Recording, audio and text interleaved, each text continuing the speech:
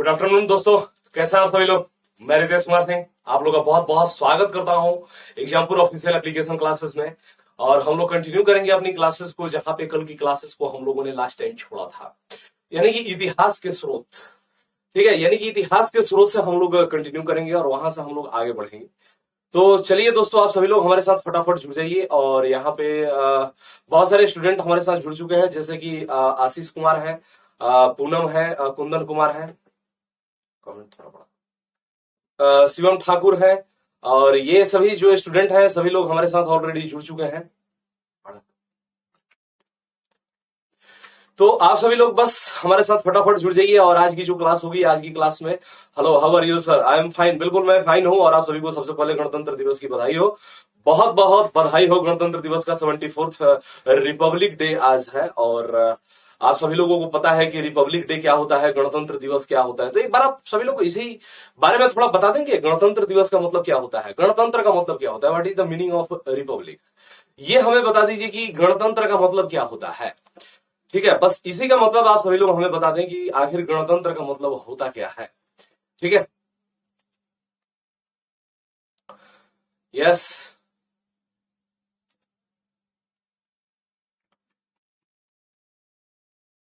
यहाँ का वाईफाई का पासवर्ड जानते हो।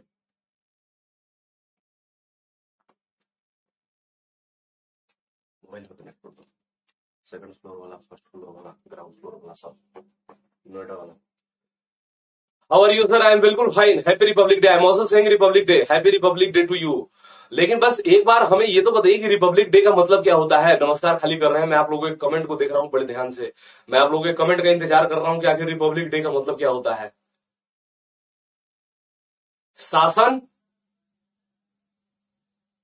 हाँ बिल्कुल करेक्ट, बिल्कुल सही है। अभी किसी ने लिखा था कि शासन जो है वो वंशानुगत नहीं होगा, लेकिन जो मतलब कि स्टेट का जो हेड होगा, means we are talking about the president, यानी कि राष्ट्रपति के बारे में हम बात कर रहे हैं। हाँ, पीडीएफ मिलेंगी और कल वाली सारी पीडीएफ आप लोगों को मिल चुकी है।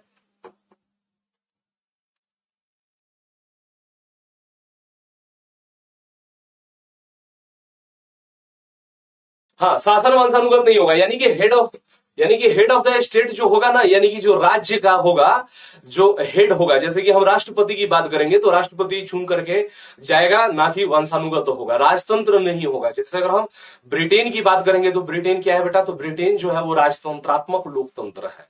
ब्रिटेन भी लोकतंत्र है, वहां पे भी प्रधानमंत्री का चुनाव होता है, बट अगर हम ब्रिटेन की बात करेंगे तो वो राजतंत्रात्मक लोकतंत्र है। आजाद तो खैर सब होता है, आजाद का मतलब ऐसा नहीं है, ब्रिटेन भी आजाद है, लेकिन ब्रिटेन जो है गणतंत्र नहीं है, वो क्या है, वो राजतंत्रात्मक लोकतंत्र है। लेकिन अगर हम भारत की बात करेंगे तो भारत जो है वो गणतंत्रात्मक लोकतंत्र है, यानी कि रिपब्लिक। रिपब्लिक जो है ना, रिपब्लिक का मतलब क्या होता है बेटा, यानी कि जो हेड ऑफ द स्टेट होगा, जैसे कि राष्ट्रपति, वो चुन करके जाएगा, ना कि वंशानुगत। जबकि ब्रिटेन में क्या होता है, जो महारानी है वो वंशानुगत है। आ गया सबको समझ में। हाँ, लोकतंत्र तो ब्रिटेन भी है, लेकिन लोग ब्रिटेन जो है वो गणतंत्र नहीं है। गणतंत्र का मतलब होता है कि जो हेड होता है वो चुन करके आएगा, ना कि वंशानुगत होगा। क्लियर। तो यहाँ पे हाँ बिल्कुल 26 जनवरी 1950 ईस्वी को कॉन्स्टिट्यूशन लागू हुआ था, बिल्कुल ऑफकोर्स। और इतिहास में एक चीज और आकर के जुड़ता है कि 26 जनवरी 1930 ईस्वी को सबसे पहले लाहौर में रावी नदी के तट पर पूर्ण स्वतंत्रता की घोषणा की गई थी, और वहीं पे जवाहरलाल नेहरू ने झंडा फहराया था। याद आ रहा है कुछ। तो ये सारी चीजें इतिहास में हम पढ़ेंगे। वो कहते हैं ना कि history is the root, polity is the fruit, यानी कि इतिहास क्या है, जड़ है, और पॉलिटी क्या है, तो उसके फल है। ठीक है, तो चलिए दोस्तों, अब हम लोग इतिहास के स्रोत से शुरू करेंगे। और मुझे ये पूरा उम्मीद है कि आप सभी को मेरी आवाज की जो और वीडियो की जो क्लैरिटी है वो बिल्कुल आप सभी तक साफ साफ पहुंच पा रही होगी, साफ साफ सुनाई दे रही होगी। हाँ, लोकतंत्र है, गणतंत्र नहीं। भारत भी लोकतंत्र है, लेकिन भारत गणतंत्रात्मक लोकतंत्र है, जबकि ब्रिटेन जो है वो राजतंत्रात्मक लोकतंत्र है, यानी कि अभी भी वहां पे महारानी होती है। हाँ बिल्कुल, अभिषेक 1929 ईस्वी में। ठीक है, चलिए, वहीं पे पूर्ण स्वतंत्रता की मांग की गई थी सबसे पहले 1929 ईस्वी में, पूर्ण स्वराज। चलिए, तो हम लोगों ने कल यहां तक हम लोगों ने डिस्कशन किया था बेटा, कि हम लोगों ने बोला कि भाई धार्मिक साहित्य की हम लोगों ने बात की थी, इतिहास के स्रोत हम लोग पढ़ रहे हैं, और ये 60 दिन का कोर्स है। देखिए, मैं फिर से बोल रहा हूं कि चूंकि ये 60 दिन का कोर्स है, तो इसको हम लोगों को 60 दिन के हिसाब से लेकर के चलना है, सारी चीजों को समझ समझ करके बिल्कुल डीप में लेकर के चलना है। ऐसा नहीं है 30 दिन में भी मैं इतिहास खत्म करता हूं। जैसा भी केवीएस नॉन टीचिंग का बैच है आज से ही शुरू करूंगा और पूरा फरवरी में निपटा दूंगा। तो उसमें क्या है कि इन सारी चीजों को मैं बिल्कुल नहीं पढ़ाऊंगा, उसमें सीधे सीधे मैं पाषाण काल से शुरू करूंगा, जो कि क्लास आपकी कल से शुरू होगी। ठीक है, तो आज पाषाण काल से शुरू करूंगा और सीधे सीधे उसको निपटा दूंगा। तो अगर 60 दिन का आपका बैच मिला हुआ है, हाँ अमेरिका भी रिपब्लिक है, अमेरिका में भी डेमोक्रेसी है विपिन सिंह, और वो रिपब्लिक है यानी कि गणतंत्रात्मक है वो, क्योंकि वहां पे राष्ट्रपति का चुनाव होता है, वहां पे राजतंत्र नहीं है। अरे बात समझ में। तो हम 60 दिन का कोर्स को जब डिजाइन किया है, तो चूंकि आपके एग्जामिनेशन में इसका वेटेज ठीक ठाक है, इसलिए हम इन सारी चीजों को बिल्कुल छोड़ करके नहीं चल सकते हैं। और नोट्स अलग है क्या? नहीं, पीडीएफ तो मैं डेली का डेली दे ही देता हूं, और आप लोगों के लिए मैं सुपर नोट्स भी कुछ प्रोवाइड करा दूंगा। वो सुपर नोट्स भी आप सभी लोग एक बार पढ़ लीजिएगा, और इसी के साथ कल के क्लास से मैं आप लोगों को डीपीपी भी थोड़ा बहुत दे दूंगा। ठीक है, यानी कि डेली प्रैक्टिस पेपर भी आप लोगों को मैं दूंगा। सर वीडियो बार बार रुक रही है। नहीं, यहां से तो बेटा सब ठीक है। आप देखिए अपने मोबाइल में, थोड़ा मोबाइल की क्वालिटी थोड़ा बढ़ाइए, ठीक है, और थोड़ा बढ़िया कीजिए। चलिए, तो यहां पे देखिए हम लोग बात कर रहे थे रिसोर्सेस की। जैसे हमने कल भी ये बात समझाया था कि अगर इतिहास के बारे में हम जानेंगे, इतिहास तो वर्तमान समय का होता नहीं है, आज तो इतिहास है नहीं ना। आज जो हम जी रहे हैं, ये कल आने वाले कल के दिन ये इतिहास हो जाएगा। लेकिन इतिहास में जो हम 20 लाख साल पहले की बात करेंगे, 4000 साल पहले की बात करेंगे, 8000 साल पहले की बात करेंगे, या 10,000 की बात करेंगे, रानी नोट्स ये सारे आपके एप्लीकेशन में ही मिल जाएगा। ये सारे एप्लीकेशन के साथ ही आप लोगों को मिल जाएगा पीडीएफ के वाले सेक्शन में। घबराइए मत, सारी चीजें मिल जाएगा। क्लास लैपटॉप में नहीं चल रहा है, देखिए आप किसी टेक्निकल को आप दिखा लीजिए कि कैसे चलेगा, और नहीं तो हमारे ऑफिशियल नंबर पे एक बार फोन करके आप बात कर लीजिए, वो संभवतः आपको बता देंगे कि आपका लैपटॉप में ये क्लासेस कैसे रन करेंगी, वो बता देंगे आपको। ठीक है, तो यहां पे ध्यान दीजिएगा हम लोग क्या बात कर रहे हैं, तो इतिहास के स्रोत के बारे में। तो जैसे अगर हम बात करेंगे कि सिंधु घाटी सभ्यता में 10,000 वर्ष पूर्व क्या हुआ था, तो सॉरी सिंधु घाटी बोल रहा हूं, 10,000 वर्ष वैसे नवपाषाण काल का समय है, सिंधु घाटी का नहीं है। सिंधु घाटी का 2350 से लेकर के 1750 ईस्वी पूर्व तक का समय है। तो 10,000 साल पहले कृषि की शुरुआत होती है, तो इसकी हमें जानकारी कहां से मिलेगी, कहां से? देखिए सुपर नोट अभी तो मैं दिया नहीं हूं, तो कहां से मिलेगा? तो अभी मिलने का कोई चांस नहीं है। सुपर नोट मैं जब दे दूंगा ना, तो ये आपको पीडीएफ में मिल जाएगा बेटा। ये पीडीएफ वाले सेक्शन में आपको एप्लीकेशन में ही मिल जाएगा। उसके लिए कहीं आपको विदेश और अमेरिका जाने की जरूरत नहीं है। You will find it here, don't worry. तो यहां पे थोड़ा सा ध्यान दीजिए। तो हम अगर बात करेंगे कि 10,000 ईस्वी पूर्व में कृषि की शुरुआत होती है, तो 10,000 ईस्वी पूर्व में अगर कृषि की शुरुआत होती है, तो इसका साक्ष्य हमें कहां से मिलेगा? तो इसका साक्ष्य हमें पुरातात्विक स्रोत से मिलेगा। यानी कि उस समय के अगर हमें चावल की भूसी मिल जाए, चावल के कुछ दाने मिल जाए, या कृषि के कुछ दाने कृषि के दौरान जो प्रोडक्शन किया गया, जैसे गेहूं और जौ, अगर उसके दाने हमें प्राप्त हो जाए, तो और उसका अगर कार्बन डेटिंग विधि से अगर हमने समय को निकाल लिया, तो हमें पता लगा कि ये 10,000 साल पहले का है। ठीक है, ईसा से 10,000 साल पहले, वर्तमान समय से 12,000 साल पहले। तो ये सारी जो चीजें हैं ना, ये सभी पुरातात्विक स्रोत के साक्ष्य हैं, जो कि जीवाश्म के तहत आते हैं। तो इन सारे स्रोतों से हमें पता लग जाएगा। अगर मिट्टी के बर्तन हमें मिल गए, जिसका हमने समय पीरियड काउंट कर लिया कि ये 10,000 साल पहले का है, या 12,000 साल पहले का है, या 6 शताब्दी यानी कि 6,000 साल पहले का है, तो ऐसी स्थिति में हम उन पुरातात्विक स्रोतों से हम उसके समय पीरियड को ज्ञात कर सकते हैं, और हम ये पता कर सकते हैं कि इस समय के लोगों का जीवन संभवतः कैसे रहा होगा। अरे बात समझ में? तो एक तो ये हुआ, लेकिन जब उसके आगे हम बढ़ेंगे, सर पीडीएफ से नोट्स बनाए या क्लास से, जैसे मन करे वैसे बना लो शिवम ठाकुर। ठीक है, जैसे मन करे वैसे बना लो, और जो मैं अभी पढ़ा रहा हूं उसको समझ लो। ठीक है, जो मैं पढ़ा रहा हूं उसको समझ लो, नहीं तो आप लोग खाली नोट्स खेलते रह जाओगे और सारी चीजें आगे निकल जाएगी। ठीक है, हम नोट्स बनाए या पीडीएफ मिलेगा सभी का, प्लीज रिप्लाई मी। पीडीएफ तो मैं क्लास का सारा दे दूंगा, सारा क्लास का पीडीएफ आपको मिल जाएगा। ठीक है, बाकी आपका मन कर रहा है तो नोट्स आप सभी लोग जरूर बनाइए। ठीक है, लग रहा है कि हम समझ लेंगे, या जहां जरूरत पड़ी हम दोबारा वीडियो देख लेंगे, तो आप वो कर सकते हैं। ठीक है, बाकी ये सारी चीजें आपके डिस्क्रिशनरी पावर है, आपकी अपनी क्षमताओं के ऊपर है कि आप क्या चाहते हैं। ठीक है, बाकी आपकी मर्जी है। और अब आपके किसी भी एक भी कमेंट का आलतू फालतू का मैं जवाब नहीं दूंगा। क्लास से संबंधित क्वेश्चन पूछना है तो पूछिए, नोट्स पीडीएफ मैं दूंगा, सुपर नोट्स भी दूंगा, डीपीपी भी दूंगा। ये एक बार नहीं 1000 बार मैं क्लास में बोल चुका हूं, फिर भी आप लोग नोट्स के अगल बगल में ही घूमते रहते हो। इससे क्या होता है कि क्लास डिस्टर्ब होगा। ठीक है, मैं 1000 बार बता चुका हूं कि मैं नोट्स दूंगा मतलब दूंगा। ठीक है, और ये सारे पीडीएफ दूंगा। अब आपको बनाना है कि नहीं बनाना है यह आपकी मर्जी है। ठीक है, मन करे तो बनाओ, न मन करे मत बनाओ, लेकिन मैं नोट्स दूंगा आपको।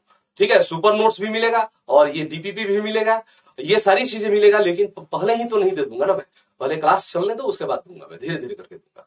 ठीक है, तो मैं जब समझा रहा हूं, देखो क्या होता है ना कि आप लोग आलतू फालतू सवाल पूछोगे ना, तो समझाने के क्रम में क्या होता है कि दिमाग में बहुत सारी चीजें चल रही है, हम उसको जोड़ करके समझाते हैं। और जब मैं आलतू फालतू आप लोगों का कमेंट में देखता हूं तो दिमाग मेरा बढ़ जाता है।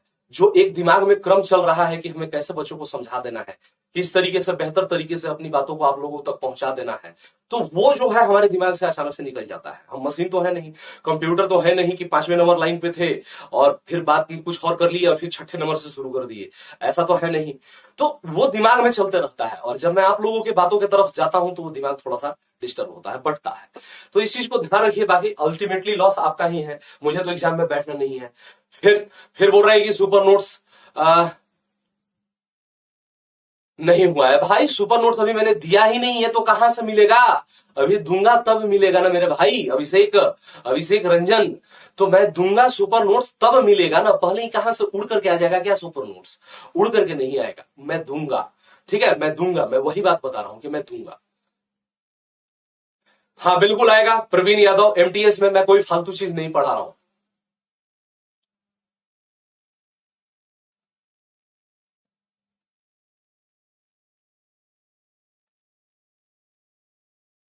हाँ बिल्कुल विशाल यादव, मैं वही सोच रहा हूं कि कंटिन्यू टॉपिक करूंगा और टॉपिक को हम लोग कंटिन्यू करते हैं। ठीक है, हाँ टाइम कम है ना, फिर भी आलतू फालतू चीजें पूछते रहते हैं, पढ़ने में ध्यान नहीं है। कार्बन 14 कुछ नहीं है, कार्बन डेंटिंग विधि जो है ना, कार्बन 14, कार्बन का जो, अगर हम परमाणु संख्या की बात करेंगे तो कार्बन का जो परमाणु संख्या होता है वो 6 होता है, परमाणु भार जो होता है वो 12 होता है। लेकिन कार्बन डेंटिंग विधि के द्वारा, कार्बन 14 विधि के द्वारा किसी भी जीवाश्म की जो आयु है वो निकाली जाती है। और अगर हम जैसे मान लो कि कोई एक हड्डी मिली और वो हड्डी के बारे में हमें नहीं पता है कि कितनी साल पुरानी है, वो 80 साल पुरानी है कि 1000 साल पुरानी है कि 8000 साल पुरानी है, तो वो हड्डी हो या लकड़ी हो, यानी कि जीवाश्म जिसमें कार्बन की मात्रा होती है ना, उसका हम समय पीरियड वो कितना पुराना है वो कार्बन डेंटिंग विधि के द्वारा हम प्राप्त करते हैं।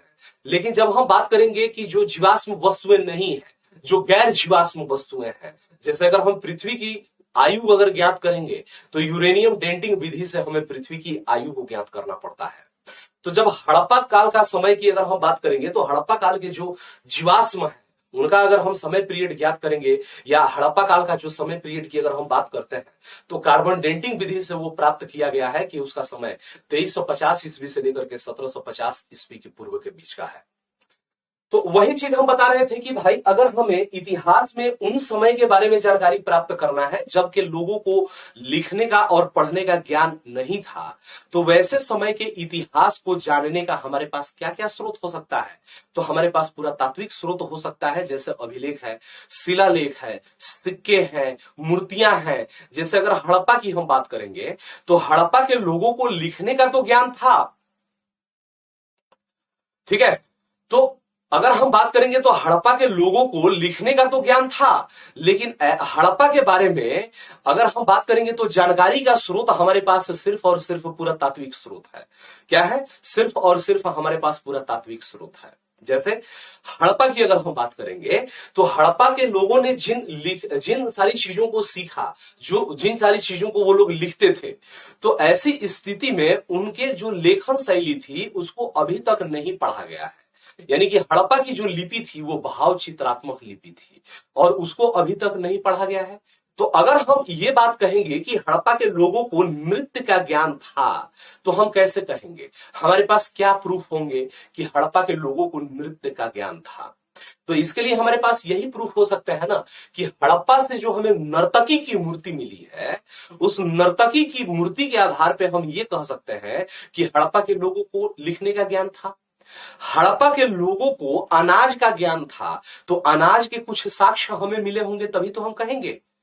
उसी तरीके से हड़प्पा के लोगों को कपास का ज्ञान था, वो लोग शॉल बनाते थे, कपड़े का उपयोग करते थे, तो इसकी जानकारी हमें कैसे मिलती है? क्योंकि हड़प्पा काल से, ठीक है, हड़प्पा के काल से हमें एक ऐसे पुरोहित की मूर्ति मिली है जो कि शॉल ओढ़े हुए है और जो कि तिब्बतिया पद्धति में बना हुआ है, तो इसी से हमें ज्ञात होती है।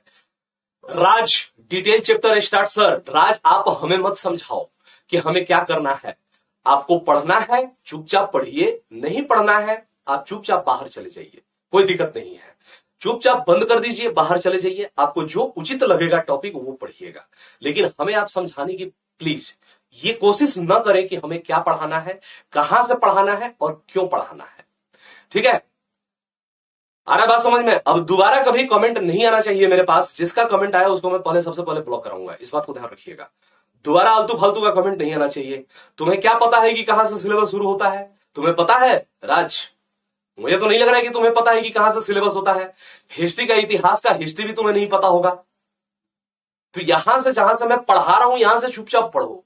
नहीं लग रहा है क्लास से बाहर चले जाओ। क्लास अगर तुम्हें बेकार लग रहा है, ठीक है, लग रहा है कि नहीं ये बेकार है, तो क्लास को तुम छोड़ दो, कोई दिक्कत नहीं है। ठीक है, बाकी अगले दिन से जो पढ़ाऊंगा तुम्हें जब लगे कि हाँ ये हमारे लिए है, तो आप वहां से स्टार्ट करना।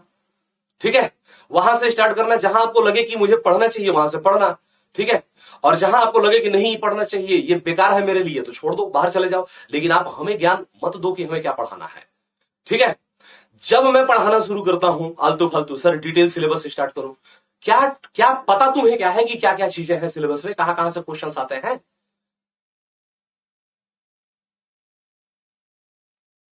फिर वही सवाल अनिल कुमार, मेरे क्लास के अलावा कहीं से भी इतिहास पढ़ने की जरूरत नहीं है, और बिल्कुल मैं क्लियरली कह रहा हूं कि कहीं से भी पढ़ने की जरूरत नहीं है। मैं जितना पढ़ा रहा हूं इतना काफी है। आप लोग कभी कहते हैं कि सर आप इतना पढ़ाओ, हाई लेवल लेकर के चलो कि हमें कहीं से पढ़ने की जरूरत ना पड़े। कहीं कहते हैं कि सर सिर्फ वही चीज पढ़ाओ, काम की चीजें पढ़ाओ, ये फालतू क्यों पढ़ा रहे हो? ये फालतू नहीं है भाई, समझा करो। इतिहास का तुम्हें ई भी नहीं पता होगा और आप हमें बता रहे हो कि क्या पढ़ाओ क्या नहीं पढ़ाओ। सुधर जाओ आप लोग। और ये आपका लेवल देख करके पता लग रहा है कि मुझे कि आप लोग वाकई में कांस्टेबल की तैयारी के लिए ही हो। ठीक है, ऑफिसर की तैयारी नहीं कर सकते हो आप लोग। बहुत समस्या है आप लोगों के साथ। ठीक है, बहुत समस्या है, सुधर जाओ। क्योंकि अगर ठीक से नहीं पढ़ोगे ना तो दिक्कत हो जाएगा, रिजल्ट भी नहीं हो पाएंगे। तो मन से थोड़ा पढ़ो। और रही बात मेरी क्लास 50 मिनट के है, तो 50 मिनट में तो मैं क्लास तो एंड करूंगा ही करूंगा, चाहे जितना हो टॉपिक, क्योंकि उसके बाद फिर मेरी आगे भी क्लासेस होती है। तो आप लोग ये मुझे मत बताओ कि क्या पढ़ाना है। मैं बोल रहा हूं कि ये अभी हम सोर्सेस के बारे में पढ़ रहे हैं, पूरे इतिहास को हम लोग समझ रहे हैं, क्योंकि आगे इससे आपको समझने में आसानी होगा।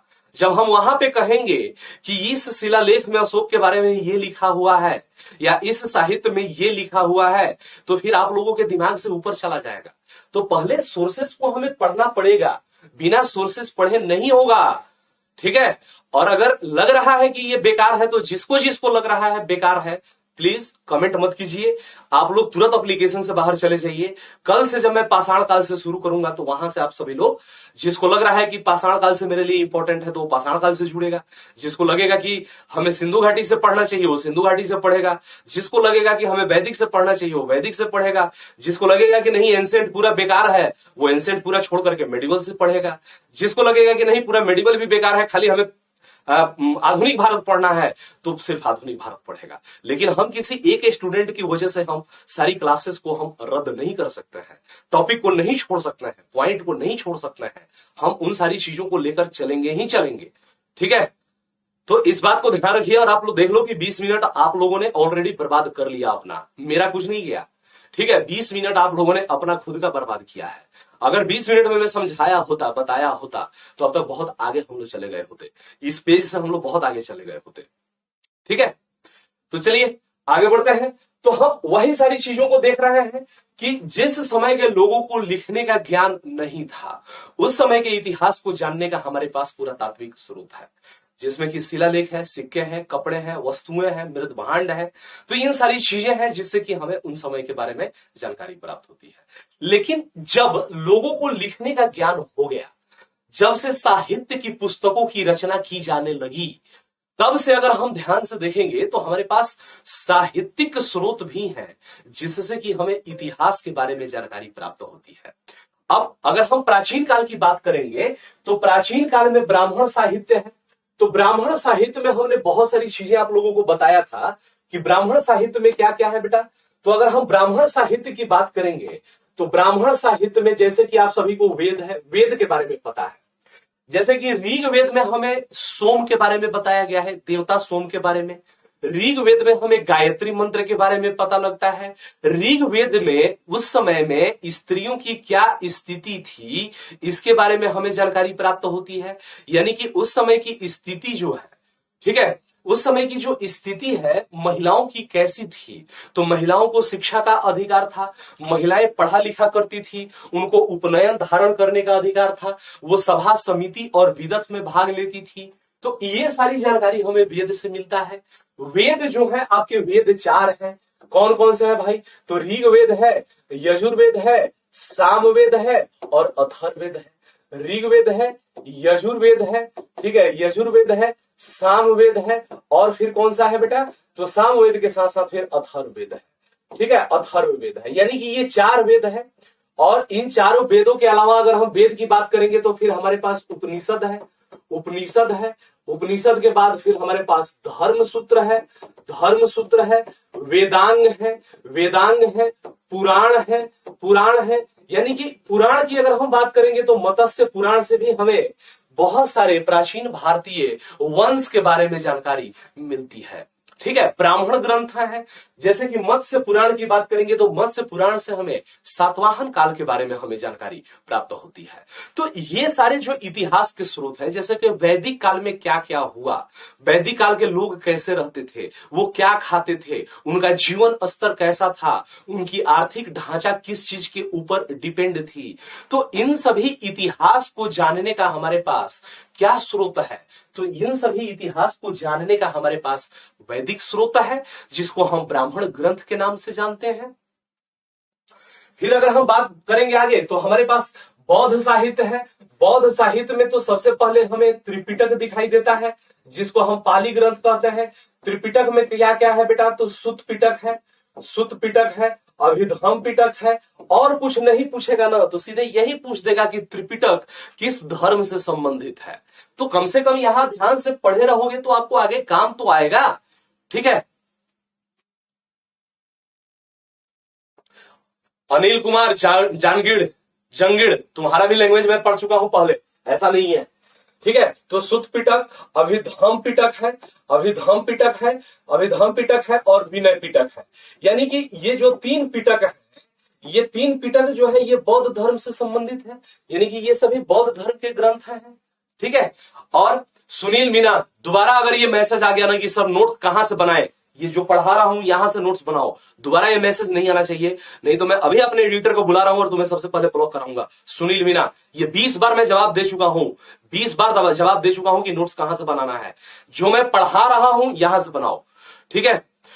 जो मैं पढ़ा रहा हूं यहां से नोट्स बनाओ। और मैं फिर से बोल रहा हूं कि इन सारे पीडीएफ को मैं दे दूंगा, ठीक है। फिर से इतना तो भरोसा रखो, अभी तक जो क्लास हुई है उन सारे का पीडीएफ मैंने दिया होगा, ऐसा नहीं है कि नहीं दिया है, सब हमने दे दिया है। तो दोबारा मैसेज नहीं आना चाहिए सुनील मीना कि नोट्स कहां से बनाए, इस बात को ध्यान रखिए। दोबारा आया, दोबारा अगर नोट्स के बारे में आप लोगों ने पूछा तो मैं पहले ब्लॉक करूंगा। सबसे पहले बता रहा हूं कि नोट्स जो मैं पढ़ा रहा हूं, जो इंपॉर्टेंट टॉपिक है मैं खुद लिख रहा हूं, इसका पीडीएफ मैं दे दूंगा। फिर भी अगर लग रहा है तो खुद बनाओ हाथ से लिख करके। उसके बाद मैं बोल रहा हूं कि डीपीपी दूंगा जिसमें आंसर मिलेगा, आप लोगों को क्वेश्चन रहेगा, आंसर मिलेगा और उसके साथ मैं सुपर नोट्स दूंगा, ठीक है।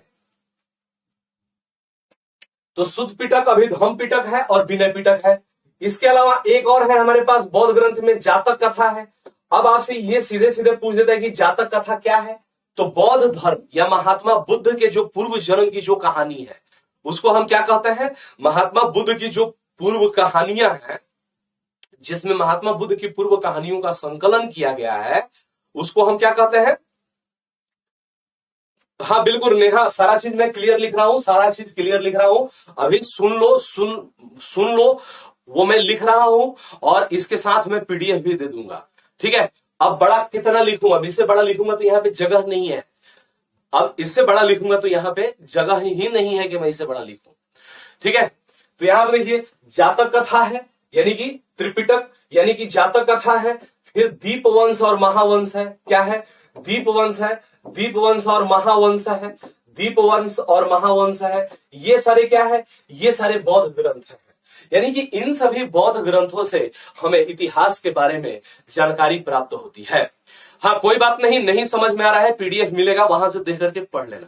ठीक है, आप लोग आपस में बातें करोगे, आलतू फालतू चीजों को करोगे तो कहां से समझ में आएगा?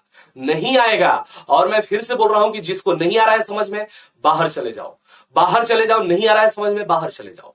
ठीक है, तो यहां पर देखिए दीपवंश है और महावंश है। दूसरा, जैन साहित्य की अगर हम बात करेंगे तो जैन साहित्य में हमारे पास क्या है? तो यहां पे भगवती सूत्र है। क्या है बेटा? तो भगवती सूत्र है और फिर परिशिष्ट पर्वन है। क्या है? परिशिष्ट पर्वन है। भगवती सूत्र है और परिशिष्ट पर्वन है। क्या है? भगवती सूत्र है और परिशिष्ट पर्वन है। यानी कि अगर हम इसकी बात करेंगे तो भगवती सूत्र है और परिशिष्ट पर्वन है। इससे हमें इतिहास के बारे में जानकारी मिलता है, इतिहास के बारे में जानकारी मिलती है। मैं बिल्कुल क्लियर लिख रहा हूं किशन कुमार, आप लोग गधे हो, गधे हो। मैं फिर से बोल रहा हूं, ऑनलाइन बोल रहा हूं, नहीं बोलना चाहिए लेकिन गधे हो। ठीक है, गधे हो, नहीं पढ़े हो इसको। ये मैं बार बार बोल रहा हूं कि भगवती सूत्र है। इसे कितना साफ लिखूं, इसे कितना साफ लिखूं? अच्छा चलो ठीक है, नहीं समझ में आ रहा है, इसको मिटा दो, छोड़ दो, काम खत्म करो। कह लिए झूठू को लिखोगे, इसको हटा दो, कोई जरूरत ही नहीं है इसकी। हाँ ठीक है, धार्मिक साहित्य है तो धार्मिक साहित्य में क्या क्या है? ठीक है, धार्मिक साहित्य में क्या क्या है? चलिए हटा दिया, अब पीडीएफ में भी ये नहीं मिलेगा, कोई बात नहीं। तो यहां पर देखिए ब्राह्मण साहित्य है। धार्मिक साहित्य में ब्राह्मण है, सुन लीजिए, लिखने की जरूरत ही नहीं है, जगह ही नहीं है लिखने के लिए, उतना बड़ा कहां से लिखेंगे। ठीक है, हाँ कोई बात नहीं, मिटा दिया, मिटा दिया, अभिषेक शुक्ला पूरा हटा दिया, तो सारा हटा दिया, कोई तनाव वाली बात नहीं है। अब देखो, अब साफ साफ दिख रहा होगा। तो ब्राह्मण साहित्य है, ब्राह्मण साहित्य में वेद है, उपनिषद है, ठीक है, वेदांग है, छंद है, यानी कि उसमें छंद, कल्प है, तरु है, यानी कि इस तरीके से 6 वेदांग है। फिर इसके अलावा हम बात करेंगे तो पुराण है, उपनिषद है। इन सारी चीजें जो है ऋषि कश्यप, यहां तो पीपीटी के अलावा जब मैं लिख रहा हूं हाथ से तो समझ में नहीं आ रहा है आप लोगों को। जब सारा चीज मैं लिखूंगा तो और समझ में नहीं आएगा, प्रॉब्लम तो ये है। ठीक है, सुनील बेनीवाल, यस, ब्राह्मण साहित्य, we are talking here about the Brahmana literature. In the Brahmana literatures there are some books, ठीक है, there are some books like Vedas. जैसे ब्राह्मण साहित्य में देखिए ऋग्वेद है, यजुर्वेद है, सामवेद है और अथर्ववेद है। ठीक है, और बौद्ध साहित्य में बात करेंगे तो बौद्ध साहित्य की अगर हम बात करेंगे तो बौद्ध साहित्य में त्रिपिटक है। अब सुन करके लिखो, लिखने में समझ में नहीं आ रहा था, अब सुन करके लिखो। तो त्रिपिटक है, त्रिपिटक में विनय पिटक है, सुत्त पिटक है, अभिधम पिटक है। इसके अलावा दिव्योदान है, दीपवंश है, महावंश है और जातक कथाएं हैं। फिर जैन साहित्य की बात करेंगे तो जैन साहित्य में भगवती सूत्र है, परिशिष्ट पर्वण है, ठीक है, हेमचंद्र के द्वारा कृत है परिशिष्ट पर्वण। तो वो सारी चीजें हैं। ठीक है, आगे बढ़ते हैं। नहीं, अब आप लोगों का मैं उपाय कर रहा हूं, घबराइए मत। अब सारा मैं आप लोगों का जो है ना तरीका मैं समझ गया हूं कि आप लोगों की बातों को समझ करके जो आपकी जो प्रॉब्लम थी, जेन्युइन प्रॉब्लम, उसको मैंने दूर करने की कोशिश की। तो आप लोग आलतू फालतू का कमेंट कर रहे हो, मुझे परेशान करने की कोशिश कर रहे हो। ठीक है, और इसके लिए अब आप सभी परेशान हो जाओगे, बाकी और कोई दिक्कत नहीं है। और दूसरी चीज, पढ़ाऊंगा तो पीपीटी से ही, क्योंकि अगर हाथ से लिख करके पढ़ाया तो 60 दिन में आपका सिलेबस नहीं क्लियर होगा। मैं ये बात क्लियर कर दूं, ठीक है, कि अगर हाथ से लिख करके पढ़ाऊंगा तो 60 दिन में सिलेबस बिल्कुल क्लियर नहीं होगा। इसलिए मैं पढ़ाऊंगा पीपीटी से ही, इस बात को ध्यान रखिएगा, क्योंकि 60 दिन में मुझे सिलेबस क्लियर करना है और सिलेबस तो मैं क्लियर करूंगा ही करूंगा। ठीक है, तो हाँ, ये बात जो आपने कहा ना कि मेहनती बच्चों का नुकसान होता है, ये मुझे बस थोड़ा सा बुरा लग रहा है। ठीक है, हाँ, मैं यही चीज बोल रहा हूं कि तालमेल बैठाने में थोड़ा सा क्लियर क्यों किए, साफ दिख रहा था। नहीं, कुछ लोग बोल रहे थे कि सर साफ नहीं दिख रहा है, बड़ा लिखिए, ये कीजिए, वो कीजिए। तो हमने बोला कि छोड़ो, हटा ही दो उसको, काहे लिए परेशान करें आप सभी को। ठीक है, नहीं लिखूंगा तो बिल्कुल नहीं चलेगा पीपीटी से। अब धर्मनिरपेक्ष साहित्य की हम बात करेंगे, समझ लीजिए, समझाने में कहीं कमी नहीं करूंगा, लिखूंगा नहीं। ठीक है। तो अब धर्मनिरपेक्ष साहित्य का, जैसे कुछ साहित्य ऐसे थे जो धर्म से जुड़े हुए थे, जिनके बारे में हमने पढ़ा। ब्राह्मण साहित्य थे, यानी कि ब्राह्मण धर्म से संबंधित थे। इसके बाद बौद्ध साहित्य थे, और फिर उसके बाद जैन साहित्य थे। यानी कि ये 3 साहित्य थे जो कि धर्म से जुड़े हुए थे। इसके अलावा धर्म से अलग जो कुछ साहित्यों की रचना हुई, उनकी भी हम बात कर लेते हैं। यानी कि कुछ धर्म से अलग, ठीक है, यानी कि कुछ धर्म से अलग साहित्य की रचना हुई, उसके बारे में भी हम बात कर लेते हैं। जैसे कि इनका किसी भी धर्म से संबंधित नहीं था, इनका किसी भी धर्म से संबंध नहीं था, ये किसी भी धर्म से संबंधित थे ही नहीं। जैसे सीधे सीधे आपके क्वेश्चन पूछे जा सकते हैं कि जो अर्थशास्त्र है वो किसने लिखा। अर्थशास्त्र, तो हम अर्थशास्त्र की बात करेंगे तो अर्थशास्त्र को किसने लिखा बेटा? तो अर्थशास्त्र को चाणक्य ने लिखा। किसने लिखा? तो चाणक्य की बात करेंगे तो चाणक्य का ही नाम है विष्णुगुप्त, ठीक है, या कौटिल्य। ठीक है, इसको क्या कहा जाता है? तो इसको हम बात करेंगे तो इसको चाणक्य का ही नाम है विष्णुगुप्त या कौटिल्य। ठीक है, चाणक्य का नाम क्या है? तो विष्णुगुप्त या कौटिल्य नाम है। क्या नाम है? तो विष्णुगुप्त या कौटिल्य। इसने क्या लिखा? तो इसने अर्थशास्त्र नामक पुस्तक की रचना की। ठीक है, और अर्थशास्त्र जो है ये राजनीति की पुस्तक है। किस चीज की पुस्तक है ये? तो अर्थशास्त्र की बात करेंगे तो अर्थशास्त्र जो है ये ध्यान रखिएगा राजनीति की पुस्तक है, और आगे भी हमें मिलेगा अर्थशास्त्र क्या है? राजनीति की पुस्तक है। ठीक है, एक काम करो दोस्त, सारा कमेंट बंद कर दो, ब्लॉक मार दो, सारा कमेंट ब्लॉक मार दो। हाँ, ब्लॉक मारो, बोल रहा हूं ना, ब्लॉक, कोई दिक्कत नहीं है, ब्लॉक मारो सारा कमेंट दिखाओ ही मत, हटा दो। ठीक है, और यहां पे हम बात करेंगे कलहड़ का। क्या है? कलहड़। कलहड़ की अगर हम बात करेंगे तो कलहड़ ने क्या लिखा भाई? तो कलहड़ की अगर हम बात करेंगे तो कलहड़ ने लिखा राजतरंगिणी। ठीक है, कलहड़ की बात करेंगे तो इसने क्या लिखा? तो कलहड़ ने लिखा राजतरंगिणी। ठीक है, राजतरंगिणी की अगर हम बात करेंगे तो ये किसका है? तो कलहड़ ने लिखा राजतरंगिणी। राजतरंगिणी सीधे सीधे क्वेश्चन पूछ देता है कि अर्थशास्त्र जो है वो किसकी रचना है और किस चीज से संबंधित है। तो अगर हम अर्थशास्त्र की बात करेंगे तो अर्थशास्त्र जो है वो राजनीति से संबंधित पुस्तक है, और अगर हम अर्थशास्त्र की बात करेंगे तो अर्थशास्त्र से हमें मौर्य वंश के बारे में जानकारी मिलती है। यानी कि ये वे सभी साहित्यिक कृतियां हैं जिससे हम इतिहास को जानते हैं, यानी कि इतिहास की जानकारी हमें प्राप्त होती है। कौन कौन सी साहित्यिक कृतियां? तो सबसे पहले हम बात करेंगे यहाँ पे चाणक्य का अर्थशास्त्र है, जो कि धर्म से इतर है, जिसका किसी भी धर्म से कोई लेना देना है ही नहीं, जिसका किसी भी धर्म से कोई संबंध है ही नहीं। ठीक है, तो कलहड़ की राजतरंगिणी है। पाणिनि का है, सीधे सीधे क्वेश्चन पूछ देता है पाणिनि। कुछ स्टूडेंट यहाँ पे इंग्लिश मीडियम के भी होंगे तो इसलिए मैं यहाँ पे सारी चीजें इंग्लिश में भी लिख रहा हूं। पाणिनि ने अष्टाध्यायी लिखा, यानी कि अष्टाध्यायी की अगर हम बात करेंगे अष्टाध्यायी, तो ये अष्टाध्यायी क्या है बेटा? तो ये अष्टाध्यायी की बात करेंगे तो ये जो है ये व्याकरण की पुस्तक है। क्या है? तो व्याकरण की पुस्तक है। यानी कि हम यहाँ पे बात कर रहे हैं पाणिनि का, तो पाणिनि ने एक पुस्तक लिखा जिसका नाम है अष्टाध्यायी, और अष्टाध्यायी किसका है? तो अष्टाध्यायी व्याकरण की पुस्तक है। और ये सीधे सीधे क्वेश्चन आपके एग्जाम में पूछे जाते हैं कि अष्टाध्यायी को किसने लिखा? तो किसने लिखा? तो पाणिनि ने लिखा। कलहड़ ने राजतरंगिणी को लिखा, और राजतरंगिणी का शाब्दिक अर्थ होता है राजाओं की नदी, और इस राजतरंगिणी से हमें कश्मीर के इतिहास के बारे में जानकारी प्राप्त होती है।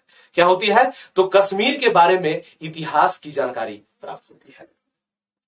फिर इसी अष्टाध्यायी के ऊपर पतंजलि जो थे ना, पतंजलि ये किसके दरबार में थे भाई?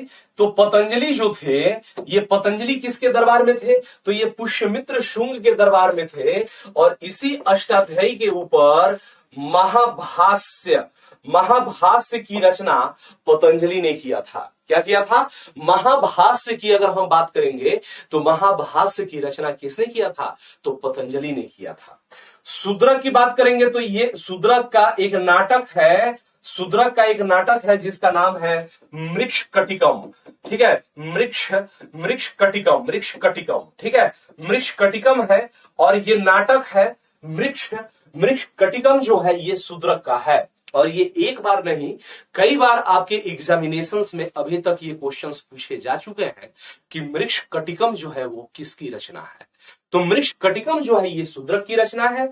वाण भट्ट की बात करेंगे तो वाण भट्ट ने क्या किया था भाई, तो वाण भट्ट ने हर्षचरित लिखा और कादंबरी लिखा। क्या लिखा, कादंबरी। अगर हम बात करेंगे कादंबरी का, तो कादंबरी को विश्व का पहला उपन्यास कहा जाता है।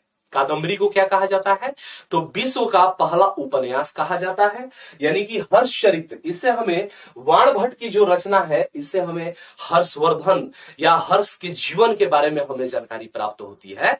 और इन्होंने हर्षचरित के साथ साथ कादंबरी भी लिखा। क्या लिखा, तो कादंबरी भी लिखा।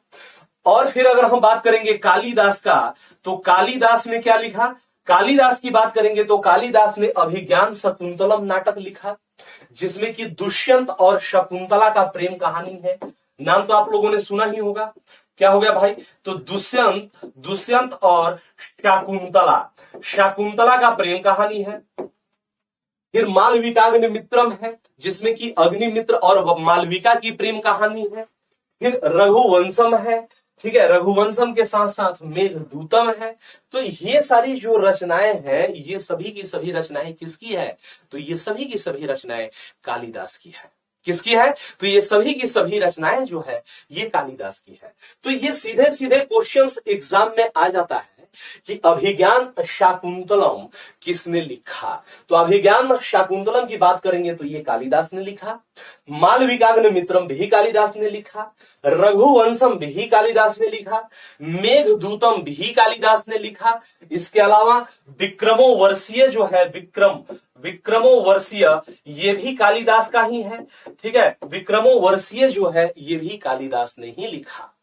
किसने लिखा भाई, तो ये कालिदास ने ही लिखा। आगे बढ़ते हैं। अब क्या है कि अगर हम दक्षिण की बात करेंगे, दक्षिण भारत की बात करेंगे, तो दक्षिण भारत में हमें क्या क्या दिखाई देता है, संगम साहित्य के बारे में हमें जानकारी मिलती है। जैसे एक लाइन यहां पे मैं लिख देता हूं भाई कि संगम साहित्य से हमें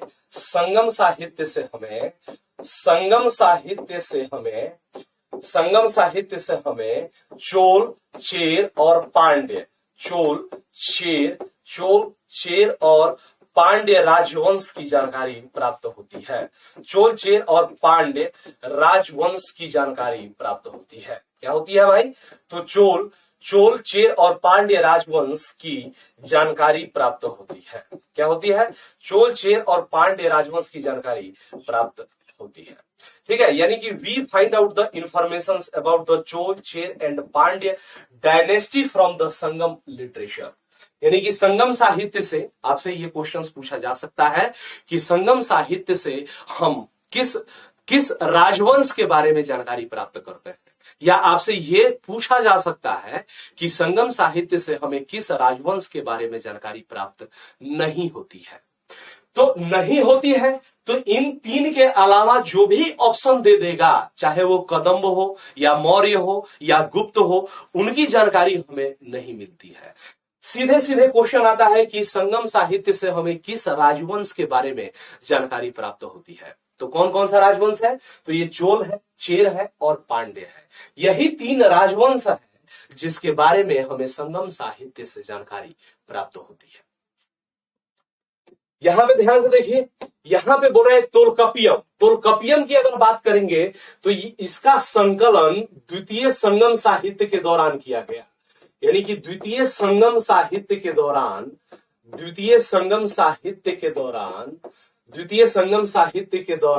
इसका संकलन किया गया। क्या किया गया भाई, तो द्वितीय संगम साहित्य के दौरान इसका संकलन किया गया। क्या किया गया, तो इसका संकलन किया गया। किसके दौरान किया गया, तो द्वितीय संगम साहित्य के दौरान इसका संकलन किया गया।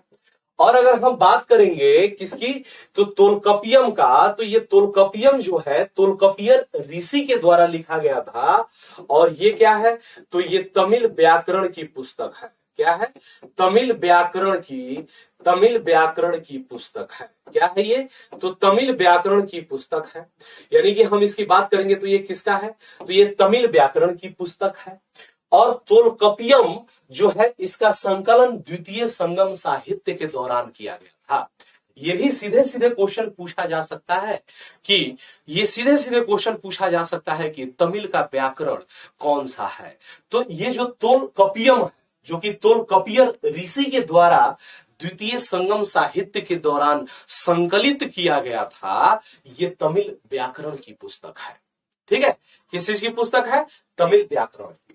फिर हम बात करेंगे शिल्पाधिकारम का, तो शिल्पाधिकारम की बात करेंगे तो संगम काल का ये महाकाव्य है। क्या है? संगम काल का महाकाव्य है। ठीक है, महाकाव्य है। और अगर हम इसकी बात करेंगे शिल्पाधिकारम का, तो शिल्पाधिकारम क्या है भाई? तो ये आपका नूपुर की कहानी है। क्या है भाई? नूपुर की कहानी। और नूपुर का मतलब होता है पायल। ये एक पायल की कहानी है जिसमें कन्नगी और कोवलन की प्रेम कहानी है। और कन्नगी की बात करेंगे तो अभी भी दक्षिण भारत में कन्नगी पूजा यानी कि पत्नी पूजा की जाती है। ठीक है, और ये शिल्पाधिकारम को किसने लिखा था? तो शिल्पाधिकारम को लिखने वाला जो व्यक्ति था वो इलेंगो अडिगल था। कौन था? इलेंगो अडिगल था, जो कि चेर शासक शेनगुट्टवन का भाई था। चेर शासक शेनगुट्टवन का भाई था। कौन? इलेंगो अडिगल। फिर हम बात करेंगे मणिमेखलई का। तो इसी शिल्पाधिकारम की जो कहानी है, जो महाकाव्य है, जिसमें कन्नगी और कोवलन का जो प्रेम कहानी है, उसी की लड़की थी मणिमेखलई। और ये तीसरा आगे की कहानी है, ये भी क्या है? तो ये भी महाकाव्य है। या ये भी क्या है भाई? तो ये भी महाकाव्य है। और इसको शीतलय सतनार के द्वारा लिखा गया था। यानी कि मणिमेखलई किसके द्वारा लिखा गया था? तो मणिमेखलई की बात करेंगे तो शीतलय सतनार के द्वारा लिखा गया था। यानी कि इट वाज रिटन बाय शीतलय सतनार। फिर तिरुकुरल की बात करेंगे तो यहां से क्वेश्चंस पूछे जाते हैं। यहां से क्वेश्चन आपके एग्जाम में पूछे जाते हैं, ये ध्यान रखिएगा। हम किसकी बात कर रहे हैं यहां पे? तो हम यहां पे बात कर रहे हैं तिरुकुलर को किसने लिखा? तो संत तिरुवल्लुवर के द्वारा लिखा गया। ये पदीने किल कड़कू जो है ना, 18 कहानियों का जो संग्रह है, 18 प्रबंधात्मक गीतों का जो संग्रह है, उसमें से 11वां जो है वो तिरुकुरल है, संत तिरुवल्लुवर के द्वारा। और आपसे एग्जाम में ये पूछा जा सकता है, इसको लघु वेद कहते हैं। क्या कहते हैं? तो इसको लघु वेद कहते हैं। इसको लघु वेद कहते हैं तिरुकुरल को। इसको पंचम वेद भी कहते हैं। इसको क्या कहते हैं? तो इसको पंचम वेद भी कहते हैं। और अगर हम आगे बढ़ेंगे तो इसको तमिल का बाइबल कहते हैं। क्या कहते हैं? तमिल का बाइबल कहते हैं। तमिल का बाइबल कहते हैं। क्या कहते हैं? तमिल का बाइबल कहते हैं। यानी कि इसको लघु वेद कहते हैं, इसको पंचम वेद कहते हैं, और इसको तमिल का बाइबल कहते हैं। किसको? तो तिरुकुरल को, जो कि संत तिरुवल्लुवर के द्वारा रचित है। ठीक है, किसके द्वारा? तो संत तिरुवल्लुवर के द्वारा रचित है, जिसका नाम है तिरुकुरल है। क्या है? तिरुकुरल है, जो कि संत तिरुवल्लुवर के द्वारा रचित है। आ रहा है बात समझ में? आगे हम बढ़ेंगे तो अब ये तो हो गया देसी साहित्य, यानी कि भारतीय इतिहास के बारे में जानकारी का जो स्रोत है।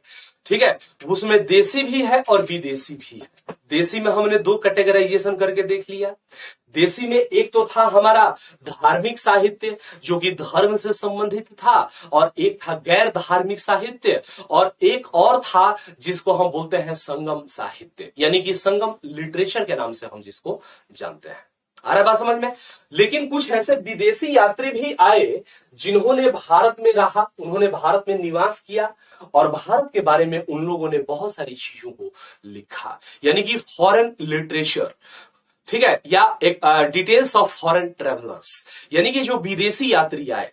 अब उन विदेशी में यूनान एवं रोम से आए। तो यूनान एवं रोम से आने में क्या क्या दिखाई देगा भाई? तो हमें मेगास्थनीज दिखाई देता है। ठीक है, मेगास्थनीज सबसे, एरियन है, जस्टिन है, स्ट्रेबो है, और स्टेबुलस है, ओनेसिक्रिटस है। तो ये सभी जो है, ये सभी हमें यूनान एवं रोम से आए थे, जो कि भारत के बारे में वो लोग लिख करके गए हैं और उनसे हमें भारत के बारे में जानकारी प्राप्त होती है। ठीक है, तो यहां पे हमें कौन दिखाई देता है, तो मेगास्थनीज, एक का नाम लिख देता है सब में। फिर यहां पे चीनी लेखक की अगर हम बात करेंगे तो इसमें आप फाहियान कर सकते हैं, फाहियान और वेनसांग है। ठीक है, फाहियान है, वेनसांग है। ठीक है, हुइली है जिसने की जीवनी लिखी थी, किसकी, वेनसांग की जीवनी लिखी थी। इसी के साथ अरबी लेखक में, तो अरबी लेखक में अलबरूनी है, बाकी आगे सारी चीजें मिलेगी आपको। तो अलबरूनी है, यानी कि अलबरूनी ने किताबुल हिंद लिखा, आगे अभी मिलेगा, सारा चीज मिलेगा। और अब तो अच्छा है, अब देखिए कितनी अच्छी से क्लासेस चल रही है, कोई कमेंट नहीं, कोई तनाव नहीं, कोई परेशानी नहीं, कितना मजेदार क्लास चल रहा है। ठीक है, अब इस कमेंट को ब्लॉक कराने में दिक्कत ये हो गया है कि अगर आपकी कोई जेन्युइन प्रॉब्लम भी होगी, अगर कुछ क्वेश्चंस भी पूछने होंगे पढ़ाई से रिलेटेड, आलतू फालतू नहीं कि नोट्स कैसे बनाए, पीडीएफ कब मिलेगा, आप क्लास का पीडीएफ दोगे या नहीं दोगे, ठीक है, तो ये सब आलतू फालतू सवाल के अलावा अगर आपकी जेन्युइन अगर कोई सवाल है, जैसे क्लास कई बार ब्लैंक हो जाता है, नहीं चल रहा है, तो अब उन सारी चीजों को भी आप मेरे तक नहीं पहुंचा सकते हैं। अब यूं समझ लीजिए कि मैं चुपचाप आऊंगा, पढ़ाऊंगा, बढ़िया पढ़ाऊंगा, जबरदस्त पढ़ाऊंगा, और उसके बाद चुपचाप चला जाऊंगा। आपका क्लास चले न चले, क्या प्रॉब्लम है आपकी, ये आप अपनी बात हम तक नहीं पहुंचा सकते हैं। ठीक है, इसलिए हमने आपकी क्लासेस, आपके जो कमेंट है ना, उनको सारे को हमने ब्लॉक करा दिया है, क्योंकि आपकी जो जेन्युइन प्रॉब्लम थी, आप जेन्युइन प्रॉब्लम तो पूछते नहीं है। आलतू फालतू सर नोट्स कहां से बनाए, कब से शुरुआत करें, क्यों बनाए नोट्स, ये सब क्वेश्चंस है आलतू फालतू, ये सब क्वेश्चंस नहीं है। काम की चीजें करो ना।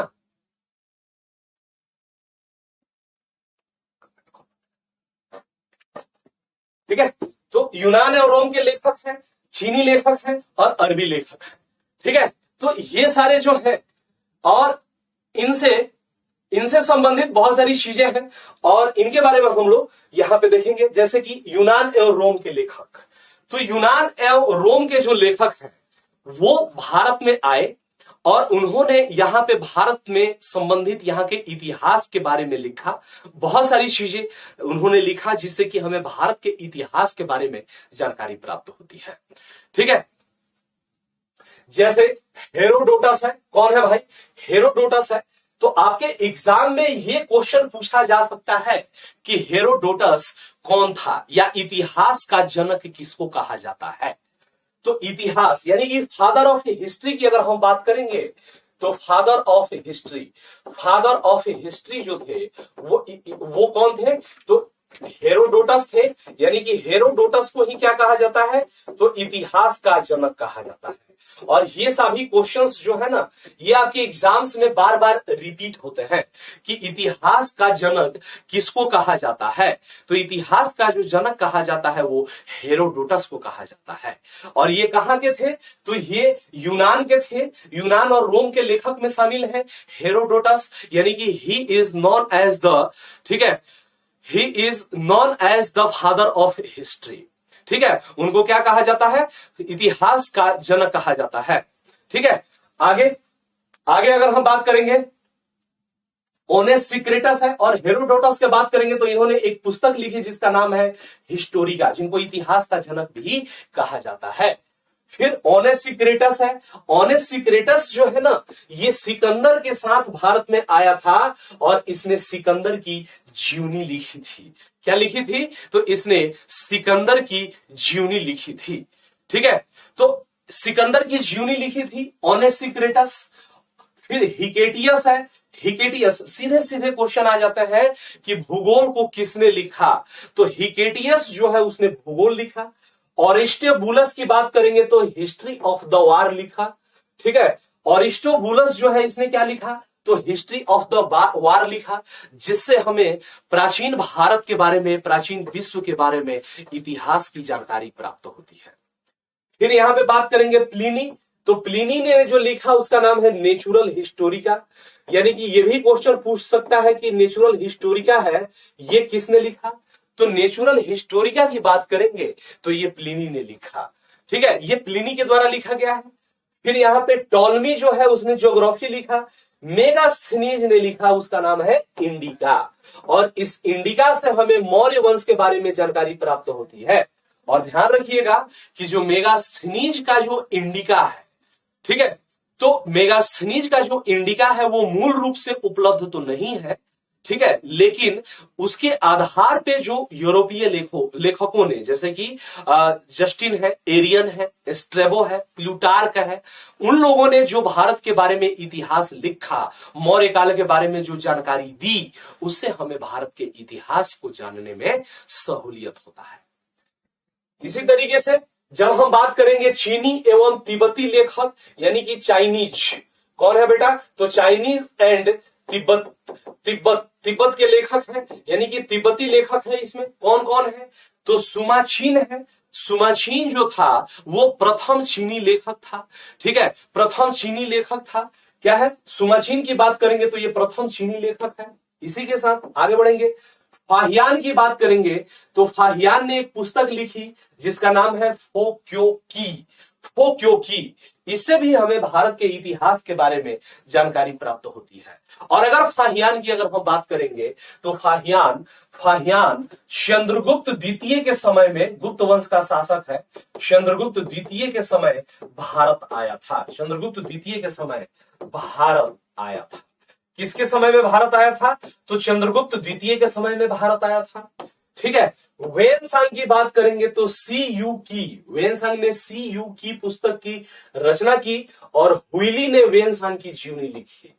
यानी कि एक हुइली नाम का एक चाइनीज यात्री है, ठीक है, तो उसने क्या किया? तो उसने, हुइली ने सीयू की नामक पुस्तक की रचना की। क्या किया भाई? तो वेनसांग ने सीयू की जो रचना की थी, वेनसांग ने सीयू की लिखी थी और हुइली ने वेनसांग की जीवनी लिखी थी। हुइली ने क्या लिखी? तो वेनसांग की जीवनी लिखी।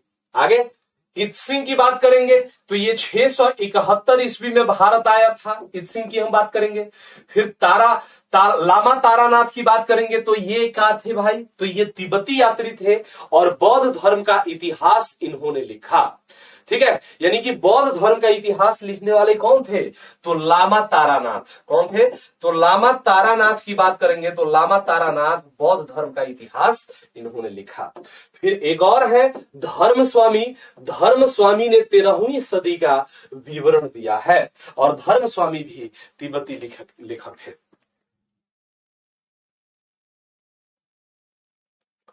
आगे बढ़ते हैं यहां पे, तो यहां पे देखिए, अब अरबी लेखक की बात करेंगे तो कुछ ऐसे अरबी लेखक हैं, वो लोग भी भारत में आए थे। क्या किए थे? तो वो लोग भी भारत में आए थे, ठीक है।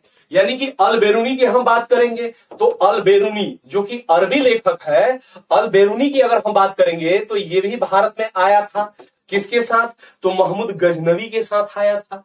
इसने किताबुल हिंद या तहकीक ए हिंद की रचना की। किसकी? किताबुल हिंद या तहकीक ए हिंद की रचना की, जिसमें इसने भारत के बारे में, ठीक है, तो भारत के बारे में इसने इतिहास को लिखा और 1017 से लेकर के 1030 ईस्वी तक के भारत के बारे में लिखा। क्या किया भाई? तो भारत के बारे में लिखा, ठीक है, 1017 से 1030 ईस्वी तक के बीच में।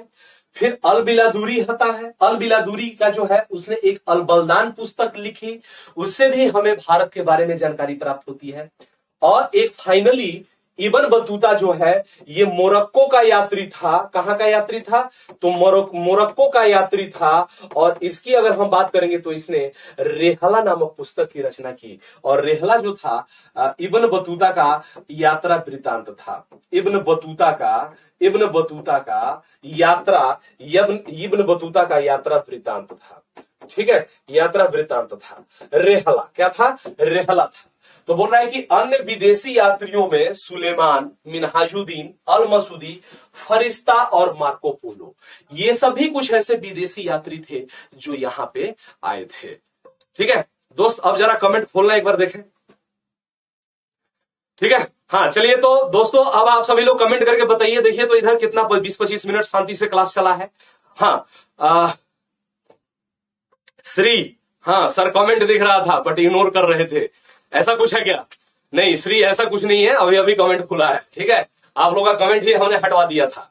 तो अगर आप लोग यही चाहते हैं कि मैं डेली आऊं और सबसे पहले कमेंट को बंद कराऊं और कमेंट बंद कराने के बाद 1 घंटा पढ़ाऊं, आप लोगों से मेरी बातें ना हो, आप लोगों से इंटरेक्शन ना हो, तो ऐसी स्थिति में फिर दिक्कत हो जाएगा। मैं इंटरेक्शन बस इसलिए करता हूं कि कई बार होता है कि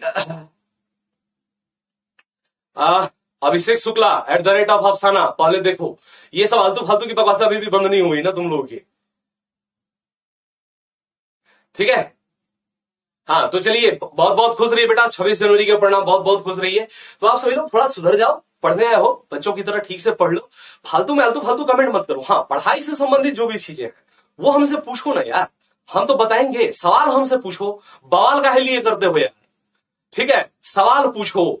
हाँ, अगर आपको नहीं समझ में आ रहा है, कहीं पे भी किसी भी पॉइंट पे समझ में नहीं आ रहा है, अब आप लोग कहते हैं कि सर बड़ा लिखिए, साफ लिखिए, जगह रहेगा वहीं तो लिखेंगे यार, और अब इससे बड़ा कितना लिखे, और हैंडराइटिंग मेरी खराब है नहीं, बाकी टीचर से भी आप लोग पढ़ते होंगे, आपको पता होगा कि मेरी हैंडराइटिंग इतनी भी खराब नहीं है कि आपको पढ़ने में ना आए, साथ ही साथ बोल भी रहा हूं मैं।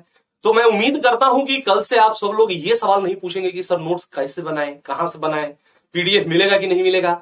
20 बार मैं बोल चुका हूं कि भाई पीडीएफ मैं दूंगा, आज मैंने जितना पढ़ाया है सबका मैं पीडीएफ दूंगा, ठीक है। इंग्लिश पीडीएफ बेटा, इंग्लिश पीडीएफ भी इसी में रहेगा, यहीं पे इंग्लिश में, जैसे अल बलदान है, इसी को इंग्लिश में लिख देना है यार, अल बलदान। अब इसको इंग्लिश में क्या बताऊं मैं, इसमें कुछ समझाने के लिए है नहीं। अल बिला दूरी है, अल बिला दूरी, इसी ने अल बलदान लिखा। तो ये इंग्लिश में बस ये जहां पे सीधे सीधे नाम है उसमें तो कुछ करना ही नहीं है, ठीक है। तो आप सभी लोग थोड़ा धैर्य से पढ़िए, मेहनत से पढ़िए, और कल से आपका जो है ना, कई लोग बोल रहे थे कि सर बिल्कुल टॉपिक में चलिए, लेकिन ध्यान रखिएगा कि ये फालतू नहीं है, यहां से सीधे सीधे क्वेश्चंस आपके एग्जाम में आएंगे, सीधे सीधे आएंगे जो हमने आज पढ़ाया है। लेकिन कल से हम लोग सीधे पाषाण काल से शुरुआत करेंगे, टॉपिक की शुरुआत करेंगे। तो कल हम लोग मिलते हैं, और थोड़ा सा मतलब बच्चे वाला व्यवहार कीजिए, ये नहीं कि गुरुजी ऑनलाइन है तो कुछ करेंगे नहीं, एकदम जो मन में आए वही कमेंट करते रहे, बार बार वही चीज पूछते रहे जो गुरुजी 4 बार बता चुके हैं ऑलरेडी। तो इन सारी चीजों को थोड़ा सा मतलब बचपना से बाहर निकलिए, आप एक जिम्मेदार नागरिक होने जा रहे हैं, आप एक ऑफिसर बनने जा रहे हैं, तो ऑफिसर के हिसाब से थोड़ा बिहेव कीजिए यार, ऐसे मत कीजिए प्लीज।